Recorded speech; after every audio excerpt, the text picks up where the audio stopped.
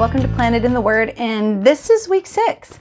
And if you've made it this far, you are really doing a good job. If you've stuck with it, that's amazing. Good job. That is no small thing, and you should really be proud of yourself. And if you are with me on week 6, then you've discovered that you are about halfway through Exodus. And Exodus 17 is where I want to land on today as you are reading across this event this week. I want to tell you the significance of it. Now, I landed on this because I read through the Bible every year, and I've done this for quite a few years. And actually, I was studying something much further on in Scripture and wanted to get to the root of what was going on there. And so I started backtracking across Scripture, trying to get to the root of where this problem began. And actually, it begins here in Exodus 17. So I figured if I give you this information up front, as you read forward, if you're paying attention, you'll start grasping why this actually shows up over and over and over in Scripture and actually becomes fairly significant. So when we talk about what's going on in Exodus 17, we're going to talk about the Amalekites and their attack on Israel. And that is given a very short blurb in this location, but further on in Scripture, it's expanded upon a little bit, and then it becomes a really important deal when you get later into Scripture, into 1 Samuel and some of the other chapters. But I want to talk about the history of what's going on, and then we can talk about some more specifics. And there's times I wish this was just a podcast so I could just read my notes and have a conversation with you, but video seems to work really well for a lot of people, and so I'll go ahead and stay with this format. So excuse me if I'm referring to my notes. I just want to be fluent and get everything in that is really important, so as you read, you have context going forward. So let's start out with, first of all, who is Amalek, or the Amalekites? And if we want to find that, we're actually going to have to go back to Genesis 36, and you actually read his name in Genesis 36, verse 12. And that is where we are getting the genealogy of the descendants of Esau. So Esau's firstborn son was Eliphaz. And if you remember correctly, Eliphaz has actually appeared already once before. We talked about him a little bit when we talked about week 2 and dating Job. And if you want to go back and review that, Eliphaz is one of Job's friends that comes and tries to console him. And he's actually the firstborn son of Esau. And we get this information from the Septuagint. However, it becomes important because Eliphaz has several sons, the youngest of which is mentioned in the genealogies is Amalek. And Amalek was born to him by a concubine. And it's this Amalek that became the Amalekites. But they were descendants of Esau, eventually known as Edom. Okay, so that's who they are. So let's talk about what they did. So Israel is leaving Egypt. They're on the Exodus, and they come out, and they are immediately attacked by the Amalekites. And God is very upset about this. In fact, he is so angry, he addresses it 2 places in Scripture. First, I want to talk about what's that significance of that attack. Well, in the original incident, it's just a pretty quick blurb, but we find out in Deuteronomy, I believe it's 25, it is. Deuteronomy 25, 17 to 19, and I'm going to read it in just a second, because God goes into more detail at that second location, because he also gives the consequences of what need to happen now. And this is what it says. Remember what Amalek did to you along the way when you came up from Egypt, how he met you along the way and attacked among you all the stragglers at your rear when you were faint and weary. He didn't fear God, and the God word there in Hebrew is Elohim.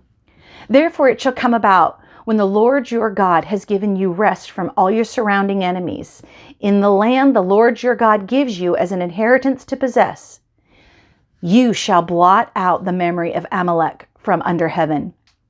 You must not forget.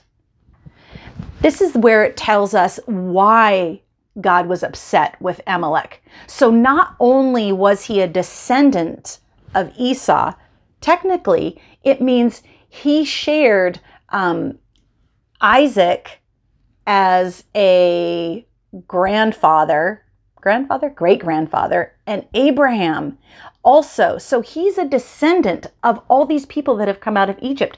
They're basically cousins. And yet he's the first to attack. Now remember, God told Moses and the Israelites they were not allowed to attack Edom. That is because God gave Esau that land. So Amalek, being a descendant, a grandson of Esau, is sort of under that tent covering. Now, scholars don't necessarily agree whether Amalek had its territory adjacent to Edom or whether it was directly under the umbrella of Edom. But you could make the argument that Amalek was not going to be attacked by Israel. God had given specific instructions that that was not to happen.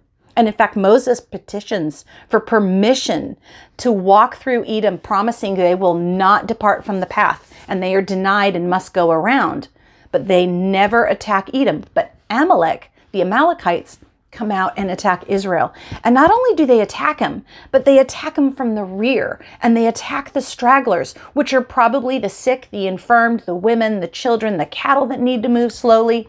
So God takes issue not only with what they did, that they've attacked their cousins they were in no danger from, but he also takes issue with the fact of the way they went about it. Now, you'll remember, and you're going to read about this battle. This is the one where Joshua gets together, and it's the first time he goes out, and Moses stands, and when he raises his hands, the Israelites start winning, and if he puts them down, the Israelites lose. So they stand and hold his hands, and they do conquer, or at least control for a time, the Amalekites, and they walk away with this considered as a victory.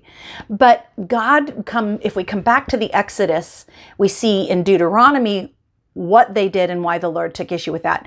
But we see in Exodus, there is a statement that God makes in addition to the fact that they're going to deal with him. He's a little bit stronger in Exodus 17, and it says this. Exodus 17, 14 to 16. Yahweh said to Moses, write this in the book as a memorial and recite it to Joshua, that I will utterly blot out the memory of Amalek from under heaven. Skipping to verse 16. And the Lord has sworn, the Lord, or Yahweh, will have war against Amalek from generation to generation. This is a promise that God makes that is rooted in the fact that these Amalekites attacked their cousins in a very poor way when they were exhausted and weak and vulnerable. And God said, I'm going to have issue with these people from generation to generation, and eventually we're going to blot them out. Which is why it's interesting that God says all the way about, let's say 400 years later, he says to Saul, the first king of Israel, all right, now we're going to deal with the Amalek issue.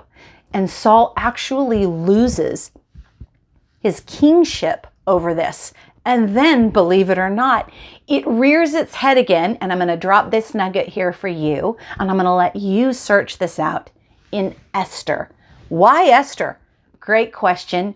See if you can dig that out. So when I start in Esther and I work my way back, what's going on here, I actually land on all the way back to Exodus 17.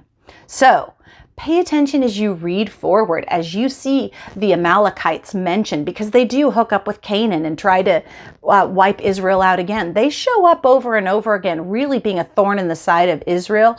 Just know every time you see them, God has them on his radar and he's going to take issue with them. So you'll find that interesting as you read. I hope that is worth your time. Thanks for stopping by. Have a good week.